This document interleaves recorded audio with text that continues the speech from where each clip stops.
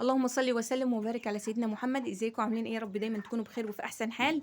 النهارده بقى نهايه الدوره بتاعتنا بتاعت الفراخ البيضاء. النهارده عمر يعني هو يوم ال36 يا ال37، انا هحسبها بالظبط كده مع نفسي واقول لكم ايا كان 37 يوم.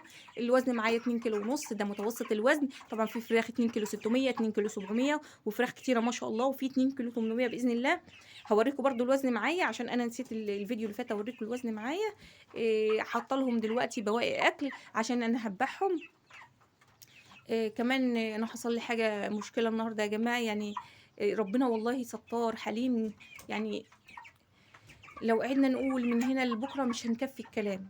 ان انا اعلق الميه على البوتاجاز تقعد اكتر من 12 ساعه متواصل، وان انا انساها لحد تاني يوم الفجر.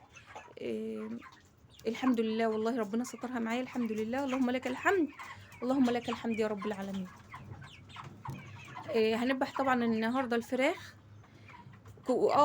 بسبب الفراخ دي يعني انا علقت عليها عشان ان انا هنضف، وغيرت كلامي قلت لا بكره الصبح ان شاء الله نذبح فيهم وخلاص. وسبت الميه شغاله على البوتاجاز مولع عليها لحد تاني يوم الفجر وانا بصلي افتكرت. ربنا سترها معايا، ربنا يسترها معاكم دنيا واخره يا رب العالمين. اللهم استرها معانا ومع امه المسلمين يا رب العالمين. كل سنه وانتم طيبين، ربنا يعود علينا الايام بالخير يا رب العالمين. كده الدنيا طبعا متبهدله اخر بهدله. انا عايزه اوريكم الدنيا شويه. ارجع كده. طبعا كل ده يتنضف باذن الله، بس نخلص الدوره على خير ونذبح كل فراخنا كده. يلا بقى عشان ما اكترش عليكم نوزن الفراخ بتاعتنا. انا مصفره الميزانه. هنجيب دلوقتي فراخ نوزنها كده. بصوا الفرخه دي معايا كده 2 كيلو ونص. 2 كيلو ونص تمام. برضو الفرخه ديت 2 كيلو ونص تمام. ديت 2 كيلو 680 تمام. ده دي برضو يا جماعه. طبعا في موزان، طبعا في موازين كمان اكبر من كده، بس انا هكتفي بكده يا جماعه.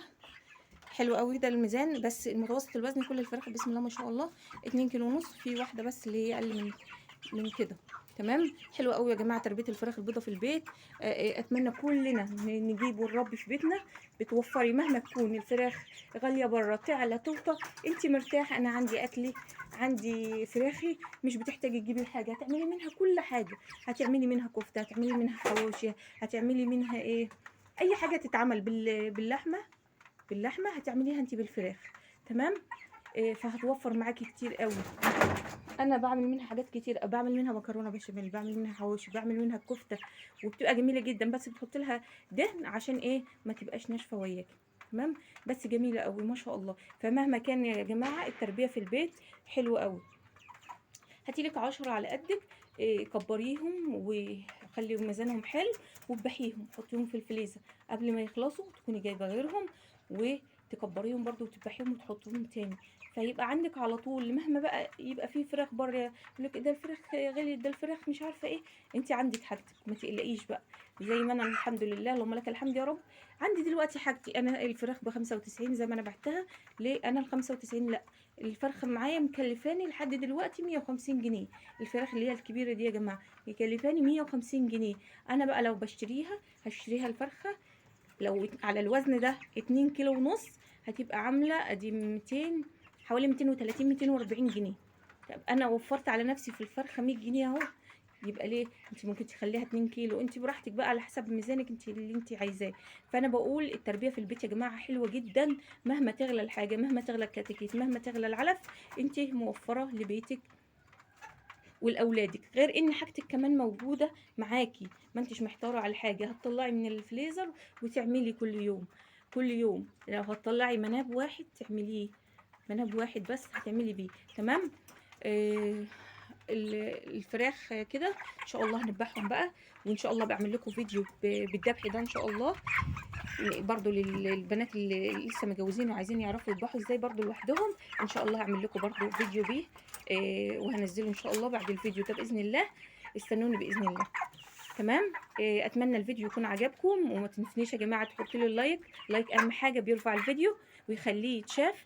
اللايك، ولو لسه اول حد يشترك في القناه عذرا لو لسه ما شفتوش القناه عذرا تاني. لو اول مره تشوفوا قناتي بقى، اشتركوا في القناه وفعلوا زر الجرس على الكل عشان يوصلكم مني كل الاشعارات اللي بنزلها ان شاء الله، والفيديوهات اللي بعملها جديده اول باول. والله ما شاء الله يا جماعه، حاجه تفرح كده اما تشوفي حاجتك اللي تعبتي فيها ما شاء الله تبقى جميله كده، بتنبسطي بيها، حاجه بتنبسطي بيها وتفرحي بيها.